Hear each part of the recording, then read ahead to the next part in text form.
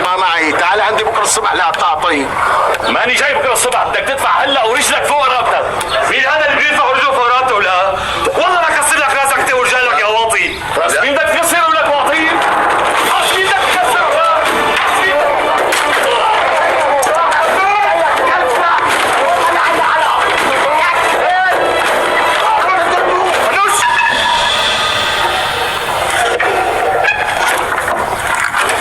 شوفي ابو بلال ما رضي يدفع اللي عليه، وابنه ضربني بالسكينه وهرب.